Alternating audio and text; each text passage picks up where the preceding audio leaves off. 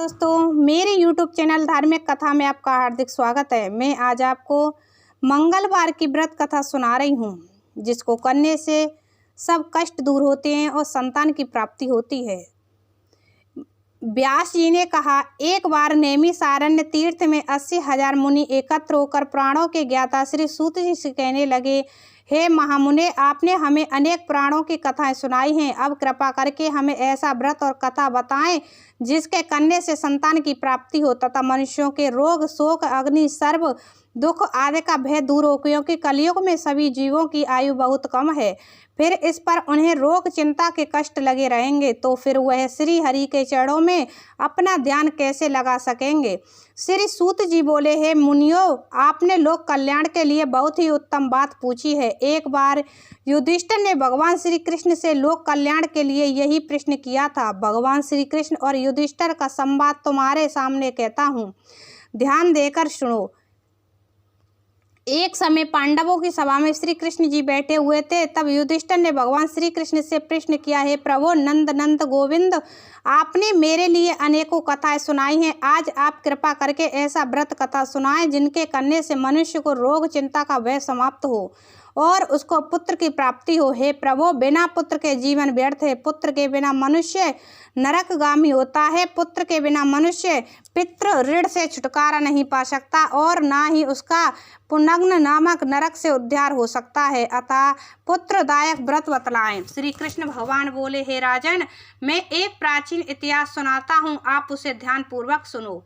कुंडलपुर नामक एक नगर था। उसमें नंदा नाम का एक ब्राह्मण रहता था।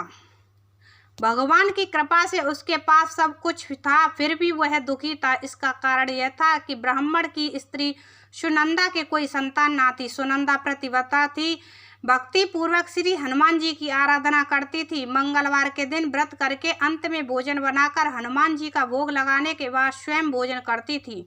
एक बार मंगलवार के दिन ब्राह्मणी गृह कार्य की अधिकता के कारण हनुमान जी को भोग न लगा सकी, तो इस पर उसे बहुत दुख हुआ। उसने कुछ भी नहीं खाया और अपने मन में प्रण किया कि अब तो अगले मंगलवार को ही हनुमान जी का भोग लगाकर अन्य जल ग्रहण करूंगी।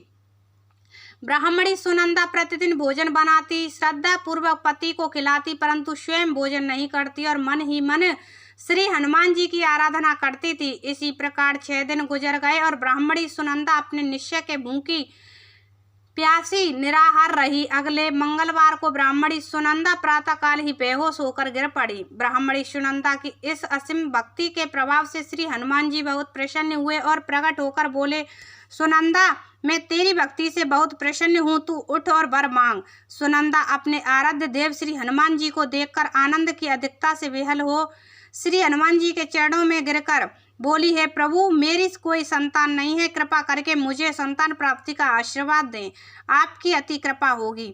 श्री महावीर जी बोले, तेरी इच्छा पूर्ण होगी, तेरे एक कन्या पैदा होगी, उसके अष्टांग प्रतिदिन सोना दिया करेंगे।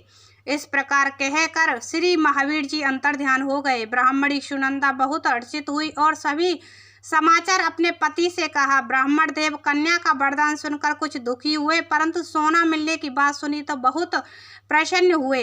विचार किया कि ऐसी कन्या के साथ मेरी निर्धनता भी समाप्त हो जाएगी। श्री हनुमान जी की कृपा से वह ब्राह्मणी गर्भवती हुई और 10वें महीने में उसे बहुत ही सुंदर पुत्री प्राप्त हुई।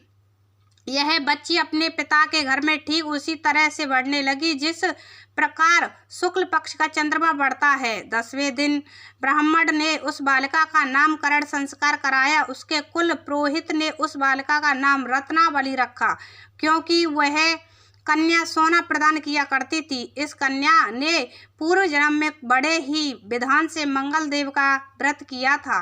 रत्नावली का अष्टांग बहुत सा सोना देता था। उस सोने से नंदा ब्राह्मण बहुत ही धनवान हो गया। अब ब्राह्मणी भी बहुत अभिमान करने लगी थी। समय बीतता रहा। अब रत्नावली 10 वर्ष की हो चुकी थी।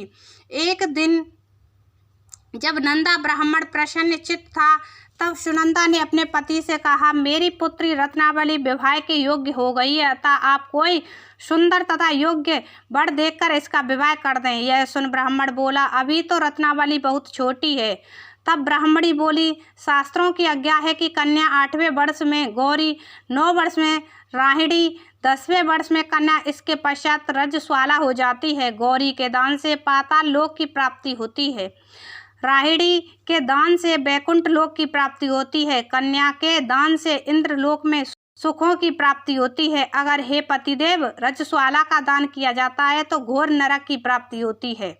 इस पर ब्राह्मण बोला, अभी तो रत्नावली मात्र 10 ही वर्ष की है और मैंने तो 16-16 साल की कन्याओं के विवाह कराए हैं, अभी जल्दी क्या है। तब ब्राह्मणी सुनंदा बोली, आपको तो लोभ अधिक हो गया है। शास्त्रों में कहा गया है कि माता पिता और बड़ा भाई रजस्वाला कन्या को देखते हैं तो वह अवश्य ही नरकगामी होते हैं। तब ब्राह्मण बोला, अच्छी बात है, कल मैं अवश्य ही योग्य वर की तलाश में अपना दूत भेजूंगा। दूसरे दिन ब्राह्मण ने अपने दूतों को बुलाया और आज्ञा दी कि जैसी सुंदर मेरी कन्या है वैसा ही सुंदर वर उसके लिए तलाश करो। दूत अपने स्वामी की आज्ञा पाकर निकल पड़ा। पंपई नगर में उसने एक सुंदर लड़के को देखा। यह बालक एक ब्राह्मण परिवार का बहुत गुणवान पुत्र था, इसका नाम सोमेश था। दूत ने उस सुंदर व गुणवान ब्राह्मण पुत्र के बारे में अपने स्वामी को पूर्ण विवरण दिया। ब्राह्मण नंदा को भी सोमेश्वर अच्छा लगा और फिर शुभ मुहूर्त में विधि पूर्वक कन्यादान करके ब्राह्मण ब्राह्मणी संतुष्ट हुए। परंतु ब्राह्मण के मन तो लोभ समाया हुआ था। उसने कन्यादान तो कर दिया था पर वह बहुत खिन्न भी था। उसने विचार किया कि रत्नावली तो अब चली जाएगी और मुझे इससे जो सोना मिलता था वह अब मिलेगा नहीं। मेरे पास जो धन था कुछ तो इसके विवाह में खर्च हो जाएगा और शेष बचा है वह भी कुछ दिनों पश्चात समाप्त हो जाएगा। मैंने तो इसका विवाह करके बहुत ही बड़ी भूल कर दी है। अब कोई ऐसा उपाय हो कि रत्नावली मेरे घर में ही बनी रहे, अपनी ससुराल ना जाए। लोभ रूपी राक्षस ब्राह्मण के मस्तिष्क पर छाता सा छा रहा था। रात भर अपनी सैया पर बेचैनी से करवटें बदलते बदलते उसने एक बहुत ही क्रूर निर्णय लिया। उसने विचार किया कि जब रत्नावली को लेकर उसका पति सोमेश्वर अपने घर के लिए जाएगा तो वह मार्ग में छिपकर सोमेश का वध कर देगा और अपनी लड़की को अपने घर ले आएगा, जिससे नियमित रूप से उसे सोना भी मिलता रहेगा और समाज का कोई मनुष्य उसे दोष भी नहीं दे सकेगा। प्रातःकाल हुआ तो नंदा और सुनंदा ने अपने जमाई तथा लड़की को बहुत सारा धन देकर विदा किया। सोमेश्वर अपनी पत्नी रत्नावली को लेकर ससुराल से अपने घर की तरफ चल दिया। ब्राह्मण नंदा महालोभ के वशीभूत हो अपनी मति खो चुका था। पाप पुण्य को उसे विचार न रहा था। अपने भयंकर व क्रूर निर्णय को कार्य रूप देने के लिए उसने अपने दूत को मार्ग में अपने जमाई का वध करने के लिए भेज दिया था, ताकि रत्नावली से प्राप्त होने वाला सोना उसे हमेशा मिलता रहे और वो कभी निर्धन ना हो। ब्राह्मण के दूत ने अपने स्वामी की आज्ञा का पालन करते हुए उसके जमाई सोमेश्वर का मार्ग में ही वध कर दिया। समाचार प्राप्त कर ब्राह्मण नंदा मार्ग में पहुंचा और रुदन करती अपनी पुत्री रत्नावली से बोला, हे पुत्री, मार्ग में लुटेरों ने तेरे पति का वध कर दिया था। भगवान की इच्छा के आगे किसी का कोई बस नहीं चलता। अब तू घर चल, वहाँ पर ही रहकर से जीवन व्यतीत करना। जो भाग्य में लिखा है वही होगा।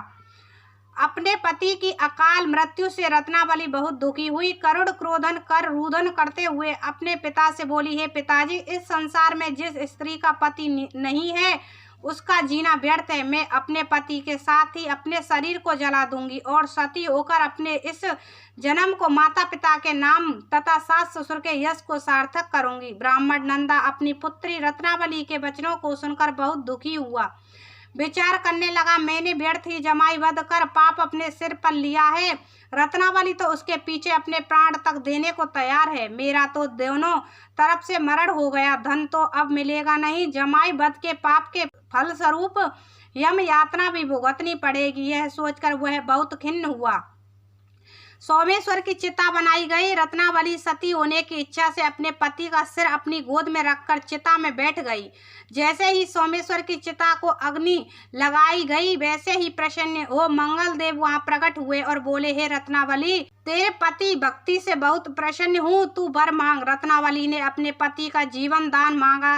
तब मंगल देव बोले, रत्नावली, तेरा पति अजर अमर है, यह महाविद्वान भी होगा और इसके अतिरिक्त तेरी जो इच्छा हो वर मांग। तब रत्नावली बोली, हे ग्रहों के स्वामी, यदि आप मुझ पर प्रसन्न हो तो मुझे यह वरदान दीजिए कि जो भी मनुष्य मंगलवार के दिन प्रातःकाल लाल पुष्प लाल चंदन से पूजा करके आपका स्मरण करे, उसको रोग व्याधि ना हो, स्वजनों का कभी वियोग ना हो, सर्प अग्नि तथा शस्त्रुओं का भय ना रहे।